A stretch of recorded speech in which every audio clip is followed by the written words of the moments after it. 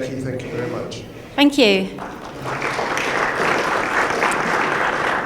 So, good afternoon, and thanks for taking the time to come and join this session. Normally, when I speak at conferences, I talk solely about fraud because fraud excites me.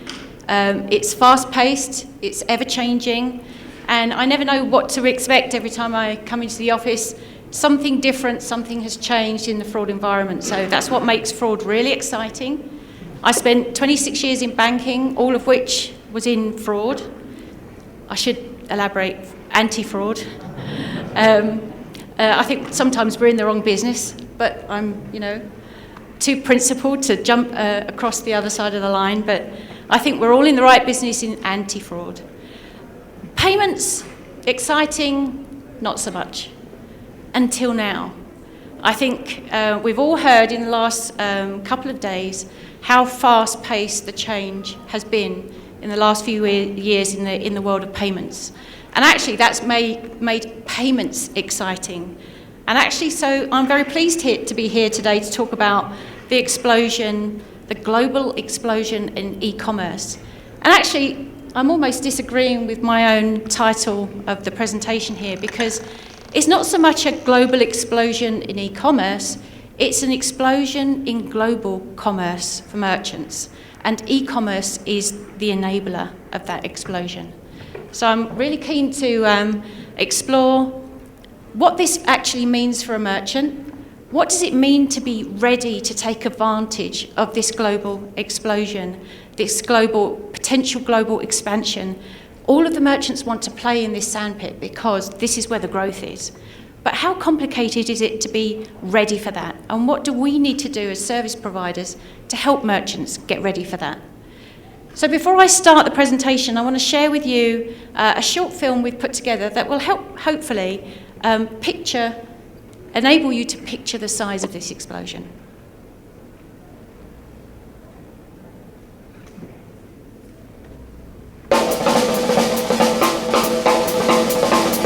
It's a click, a swipe, a tap, a type. 1.6 billion people shopping online, spending around $2.2 trillion annually. 2.2 trillion, let that sink in. It's all about fast growth in an online marketplace where consumers rule. Buying anywhere, anytime, in every channel. Wanting it seamless, no friction, connect. What's worse than seeing this? This. They are the boss, globally. And yes, more than half of e-commerce buyers shop cross-border. That's a lot of local payments being made. Currencies exchanged. Card not present, or no card at all in some countries. And alternative payments growing every day. Merchants want to pay attention to their business, not the complexity of payments. You want to engage customers, convert shoppers, add new payment methods, increase customer loyalty, simplify cross-border business, stop fraud, make payments secure, grow revenue and margins. E-commerce, that's simple, global, secure.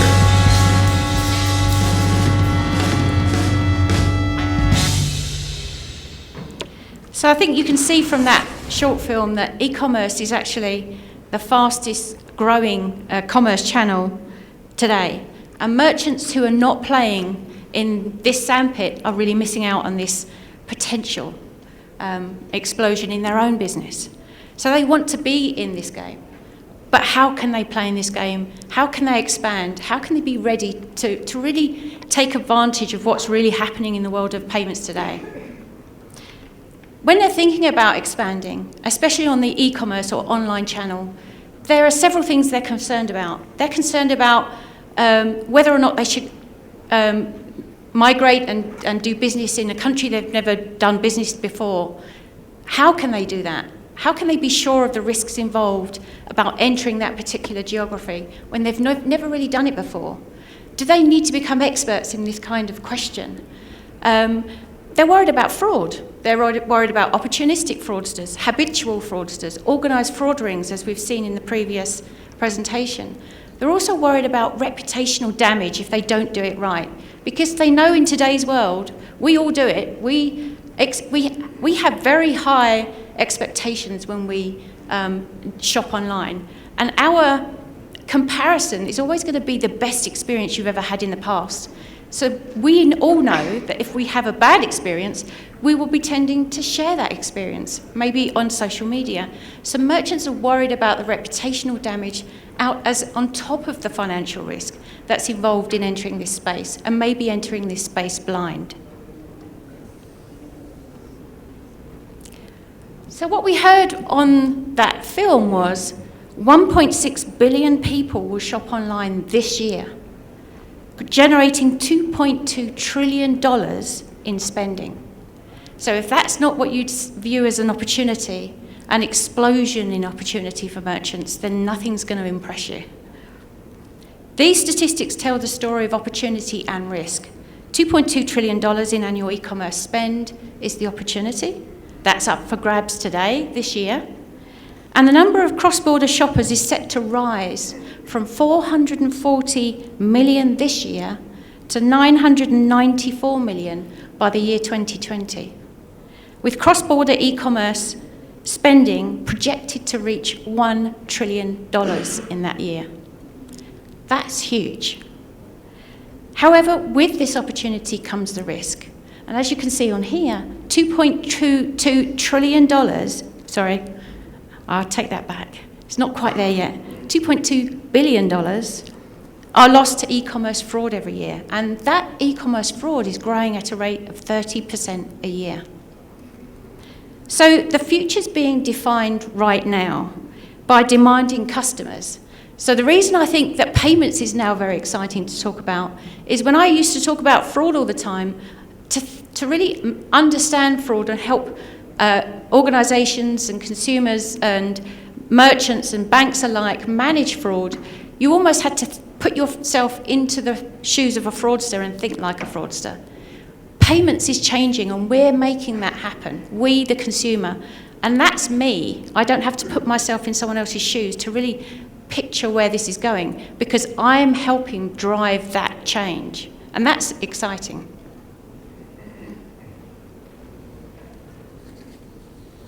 So let's look first at the African opportunity. By international standards, e-commerce is still relatively low, but although the number of online consumers is anticipated to double over the coming forecast period, making it a significant force in the region, and high mobile penetration, rising consumer confidence in online, and secure online gateways are really driving that growth. Traditional payment types, including payment cards and credit transfers, still form the majority of payment methods in South Africa.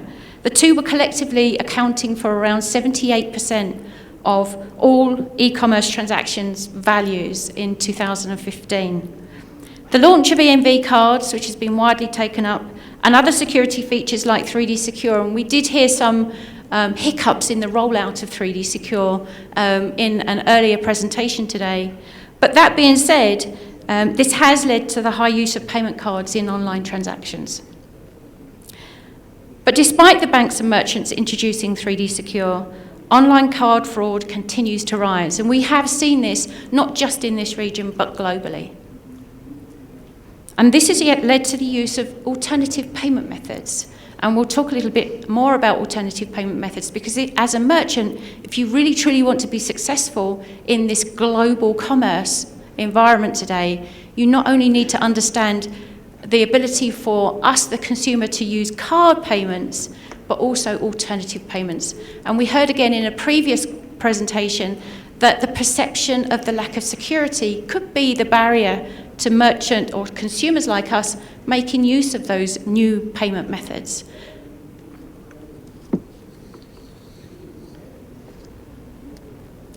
So the consumer is at the centre of e-commerce, and we're dynamic, and we're ever-changing, and we're very, very demanding. And we are driving this change. And this is really where payments has really made a massive sea change in the last few years. And we heard in the plenary session this morning that maybe once every 3 years for this conference is too long. It absolutely is too long. Is once every 2 years too long? Potentially, yes, it is. The pace of change is extremely fast. However, I do know the work that goes on, behind the scenes to actually put one of these things on, so maybe 2 years is the right thing to start with, but the landscape is literally changing before our eyes. And the name of the game is consumer engagement, and that includes the ability to pay in all sorts of environments, in all sorts of applications, on anything, anywhere, anytime, in real time. That's our demand. And it has to be an experience that's seamless across all channels, and that's secure, and it's fraud resistant. So these are the forces of the disruption, starting with the evolving shopper, consumer. So that's us. We shop on the phone. We shop on a tablet, online. We browse in store. Then we check out reputations of that product, that merchant, online. We decide which one's the best option for us and we choose it. And it could be that we choose to make that purchase online, on the tablet, on the PC, on the phone, or in store. We also want the flexibility to maybe, once we make a purchase and we don't really like it, we want to return it. We want to return it in the way that is most convenient for us. So if we make the purchase online and we use an alternative payment method to make that payment, say PayPal, for example, is it going to be possible for me to take these goods back to the store, for example, and get my refund? So these are the kinds of things that merchants now have to think about when they're really wanting to play well in this global stage. So in this competitive cycle, payments are the last mile of the transaction. It's the time when the browser turns into a buyer. And the people in this room are a subset of, the change makers. So some key questions to consider. So how many of you, or if you're a merchant or a payment service provider, how many of your customers simply don't convert to a buyer? So they place items in their shopping basket, they're browsing online, but then they don't convert that to a sale. How many of that is true? And do you ever think to yourself why that is? Certainly this is something that merchants need to think about. And in the realm of mobile, when you're actually making it possible for your customers to shop with you using their mobile phones, do you really think about the shopping experience? Can they really see everything that they want to see on this very tiny screen? So are you making changes to how you present your goods and wares when you're expecting your customers to be able to successfully buy from you on a mobile? In the cross-border realm, do you have a global strategy in making buying online easy across countries, across cultures, across languages, and offering the right type of payment type? And in the ever-evolving fraud landscape, we absolutely understand that you are looking for new and more, convenient, easy, and efficient ways of fighting back against the fraudsters. Because once you start going online and globally, those fraudsters will be different to the fraudsters you've been used to tackling when you're offering your goods and services in a brick-and-mortar environment. So, e-commerce costs around $2 billion a year, and that number is growing because of safeguards like EMV that's protecting the card-present transactions. So those fraudsters are migrating to trying their luck online. So, as a merchant, are they ready? But we know that it's not easy to be ready. The technology is complex, with many different standards, requiring many different integrations. Cross-border buying is complex. Time to market is crucial. And our customers need flexibility in their e-commerce solutions. We demand that. And we know that merchants want to focus on building their core business. That's what they're good at. They just want to sell more stuff. They don't want to have to worry about the payment piece. And that's why merchants turn to trusted partners like us as a service provider to help them grow their business and take advantage of this global explosion. And the merchants who use ACI software and technology are no exception to that rule. And they've been coming to us. They've been looking to us to help them be e-commerce or global commerce ready. And when I say our merchants, just take a look at how much traffic flows through ACI technology every year. So merchants using ACI software approximately 18 billion times last year to accept payments. Over $450 billion of commerce goes through our merchant software year on year. And our annual e-commerce run rate is approximately 1 billion transactions. And these merchants recognise the e-commerce opportunity, but they also understand the complexities of being ready and getting there quickly and safely. And that's why they look to us to help them achieve that. Historically, we've supported brick and mortar, and those that have seen the ACI name before will probably know us more as, in the merchant space at least, as a company that's really helped merchants in a brick and mortar environment be successful in payments. So we've provided end-to-end encryption, POS terminals, PIN entry devices, tokenization, all of that good stuff in a brick and mortar environment. But we as a company, we saw gaps in our portfolio of capabilities, if you like, especially when we had one eye on this global commerce phenomenon that's happening right now. So we made two very key acquisitions. To support our new e-commerce capabilities, in 2014, ACI acquired Retail Decisions, and I actually now work for ACI purely because of that acquisition. I was with Retail Decisions before. And Retail Decisions enables us now as a company to add to our portfolio of capabilities that we can offer as a service to merchants, the ability to manage online fraud. It's almost services as a software. It's in the cloud, if you like. Merchants don't have to worry about implementing anything, and it has the ability for us to share fraud data across all of the users of that tool.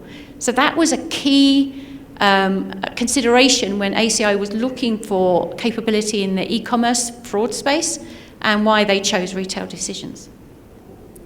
And last year we acquired Payon.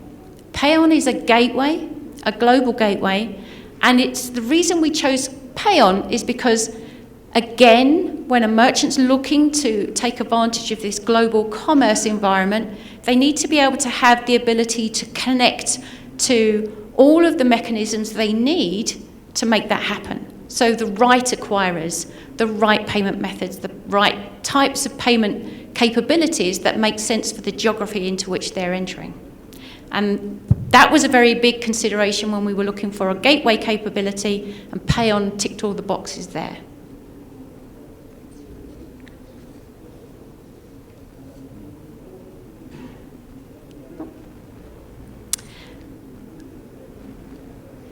And the result is this. When we added in the Red Shield capability of the acquisition that was made for Retail Decisions, and the Payon capability, so the gateway and the huge number of connected endpoints, we've created an environment that's enabling us now to really service the needs of the merchants who want to play in this global commerce environment. When you think about entering this global commerce environment, and let's take, for example, your traditional brick and mortar store, and your commerce is national, and suddenly you want to be international and you want to play in the e-commerce environment, the m-commerce environment. Typically speaking, you have legacy systems in place that really work well for a card-present scenario. But when you start adding in real-time, online, e-commerce, m-commerce, typically merchants are faced with having to add additional or new platforms to their portfolio. And so all of a sudden they end up with what looks or appears to be 2 separate businesses, or maybe 3 or 4 separate businesses. Maybe there's a new platform that they need to add every time they go to a new geography. And so now their business is starting to look extremely messy, and they can't share their own information with each other or itself. So you can really truly understand your individual customer, regardless of how they're shopping with you. So one of the things that we've been asked from our merchants is, how can you make this easier for us? Can you make it possible for us? And we've done that by integrating these new online, real-time, e-commerce, m-commerce solutions, gateway and endpoint connectors into a single platform. That platform then acts as almost a converter of language. So regardless of the entry point of your customer, the data feeds into this platform, is readable across the entire spectrum of your business as a merchant, and you can start to really understand your customer regardless of how they shop with you. And that's the demand the merchants are giving to us. So we've responded to that. And we call that universal payments. So we're not actually ACI universal payments, that's just the product. We're ACI worldwide. So our merchants are saying to us, just make it simple, make it secure, and make it global. 3 simple words. So let's start with simple. Any solution must be able to offer the ability to dramatically simplify how a merchant expands. So the way we've done it is in a way, and I think any service provider must think this along these lines, is a merchant only wants to be able to do what they're good at, and that's to sell more stuff. If we can help them expand their business and their footprint in the world and do that more successfully, that's what we need to be doing. So we need to make it simple. So we need to almost make it like a tick list of capabilities, so that a merchant, when they want to expand to new geography over here, they can click on maybe that country name, and there will be options for them to be able to say, what do I need to make that happen and make that as successful as I can be first time. Because remember that reputational damage, get it wrong first time, every one of your shoppers or potential shoppers is going to know about that. And you don't, as a merchant, want to fall into that trap. And then there's global. When a merchant wants to expand, and this may include the entry to a brand new geography for them, they don't want to have to worry about what acquirer they need to sign up to, what payment types they need to have ready for their customers. They also don't want to understand all of the various payment types available and have all of those appear on their website, because as a consumer, I don't want to have to go through reams and reams of payment types to find the one that's most important to me. I want the one that's most important to me to be front and foremost and almost the only option available on the website, or maybe 2 or 3. I don't want to be selfish. That's what they're looking to us to help them with. They don't need to be experts in this area. They're experts in selling more stuff. And then the final piece, secure. It absolutely has to be secure. We heard a lot today about the fact that the perception of the lack of security could be enough to stop people using a new payment type, or even shopping with a certain store. So we need to help our merchants overcome and really project that security element. And security for us means 3 things. First, the transaction needs to be handled securely from end to end. So tokenization, point-to-point encryption. Any stored payment data must be stored in a PCI compliant environment. And actually, merchants don't want to do that themselves. So they're looking to us to help them do that, take away that responsibility. And I took some notes from yesterday's keynote speech around data breaches. 900 million IDs are exposed in the past 2 years. 900 million IDs. 23% of those came from hacks from financial institutions, but 77% of those came from hacks at merchants or government. Now, interestingly, they didn't split merchants and government figures, but that's huge. And merchants don't want to be part of that risk arena. If they can have someone take away their PCI compliant commitments or obligations and have someone else do it for them, then they're going to jump at that. So they're always looking to us to help them in that arena as well. So that's our number one area of security. Secondly, the solution must be state-of-the-art, real-time fraud detection using targeted industry-specific fraud rules. In the global world of e-commerce, it's even more important to share global fraud information and global fraud intelligence. And certainly some of the things we're doing at ACI is not just sharing merchant data, but working to see how we can include sharing information that's already understood and known from financial institutions and cross-pollinating that global information. And we're in a position to do that because we're service providers to both financial institutions, whether they be issuers or acquirers, and the payment service providers and merchants. And this was one of the key points again in ACI's choice of retail decisions. And then there's the third part of security, and that's analytics, really understanding your own business, using your own data. And one of the reasons that merchants look to us and other service providers similar to us is if you can put everything, all of my business on one platform, regardless of what country I'm doing business in, regardless of what delivery method that I'm delivering my goods in or my channels in which I'm offering commerce, if I can understand my business in one single location, so I can do analytics on that, I can understand the effectiveness of my fraud rules, I can use velocity rules, for example, regardless of how my customers are doing business with me, then that's going to be gold dust to me.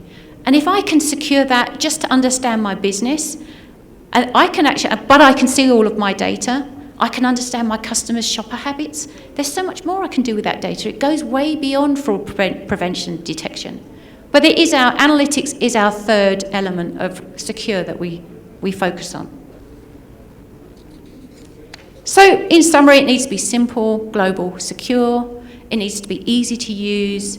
It needs to almost have a checklist or a laundry list for a merchant to say, well, I'm going into Russia. What do I need to know about Russia? What can I get from you as a service provider that's going to help me do well in Russia? How should my website look? What kind of payment types makes the most sense for Russia? I don't just need to know what acquirer will enable me to do business in Russia. What acquirer is going to enable me to make the highest conversion rate in Russia? So what's the acquirer that I need to be connected to rather than just what acquirer will enable me to do business in Russia? So it's these kind of questions, if it just goes one layer further into the detail, but it's going to enable that merchant to create a really good impression day one and not day 5 or day 6 after making certain errors or mistakes. So I just want to sort of visualize this. So using a fictitious merchant, we're going to call this merchant John Doe Sports. That's a really bad example of a merchant name, but John Doe Sports it is. And let's see what he wants to take advantage of this global explosion, and he wants to expand his business. He's tried his hand in it in piecemeal bits and pieces, but now he really wants to do the whole thing. So let's take a look at John Doe Sports as it is now. We can see here that they have quite a big presence in-store. They've got 500 stores across the US and Canada. And they've got reporting on that business by country. So they've got reports relating to their business in Canada and reports on their business in America. And they've got various connectors to endpoints, acquirers, and the like. And they've actually, played around with entering into the e-commerce world. And as you can see here, they've got some e-commerce online capability in the Americas and also across Asia and Australia and in some parts of Europe. And as you can see, each individual country has reports on how well they're doing in that particular country.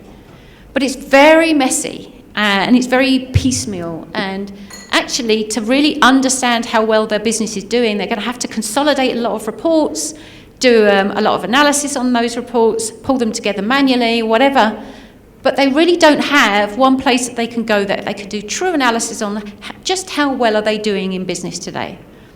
Additionally, there's nothing really there that says, where do I go next? How can I expand? What country can I now go to? What do I need to do to make that happen? Do I need to create even more platforms, use more technology, different technology, create more reports, therefore the need for more consolidation of those reports, just to understand what my business is doing today? It's not that helpful. And that's why they're looking to us as service providers or service providers like us to help take away that pain.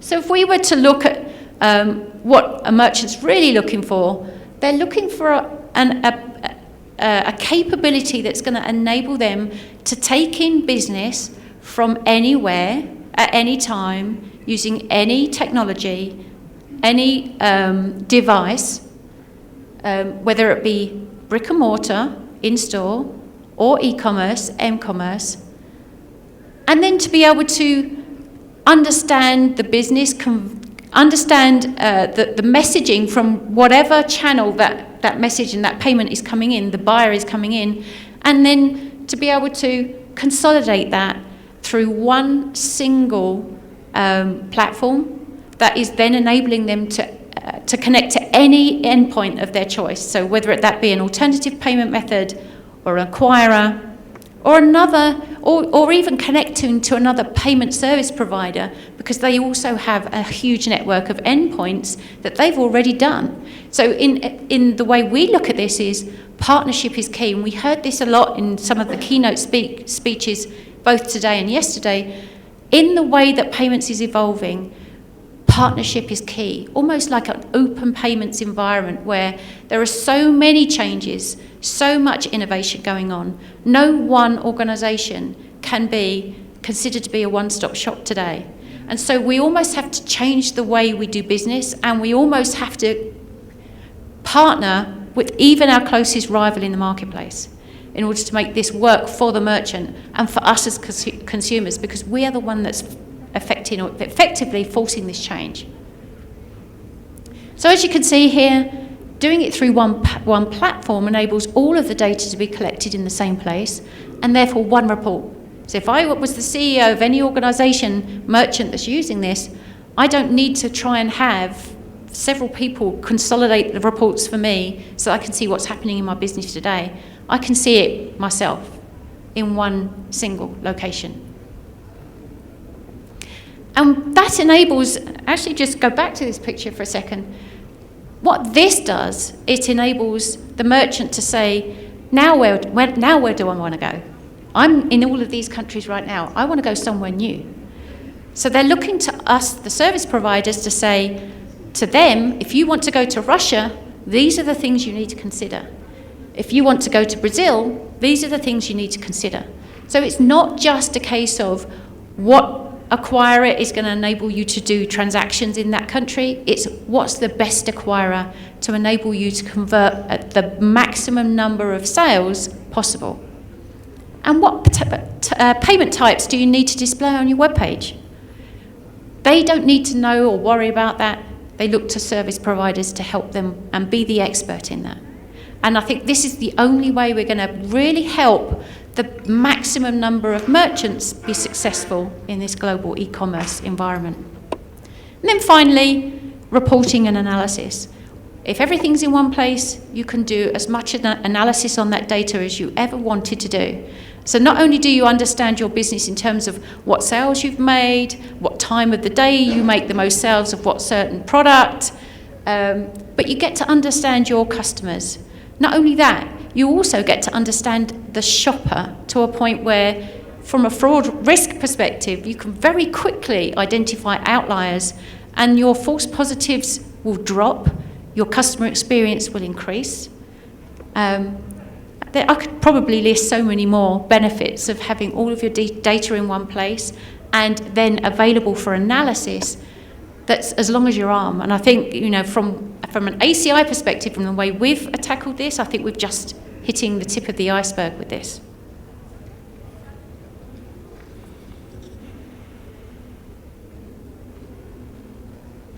So there is opportunity out there. I think it's huge. I mean, really huge. We've seen some of the numbers, the predictions. I think they're conservative estimates, in my opinion. But it is complicated. And in order for a merchant to really take advantage of this, and certainly from an ACI perspective, customer focus, and our customers are our merchants, are our payment service providers, are our acquirers and processors and issuers, is to help them along that road and that challenge to be as successful as they possibly can be by taking the complication away, and we deal with that side of things. And then we leave the merchants to do what they do best, and that's to sell more stuff. So, thank you.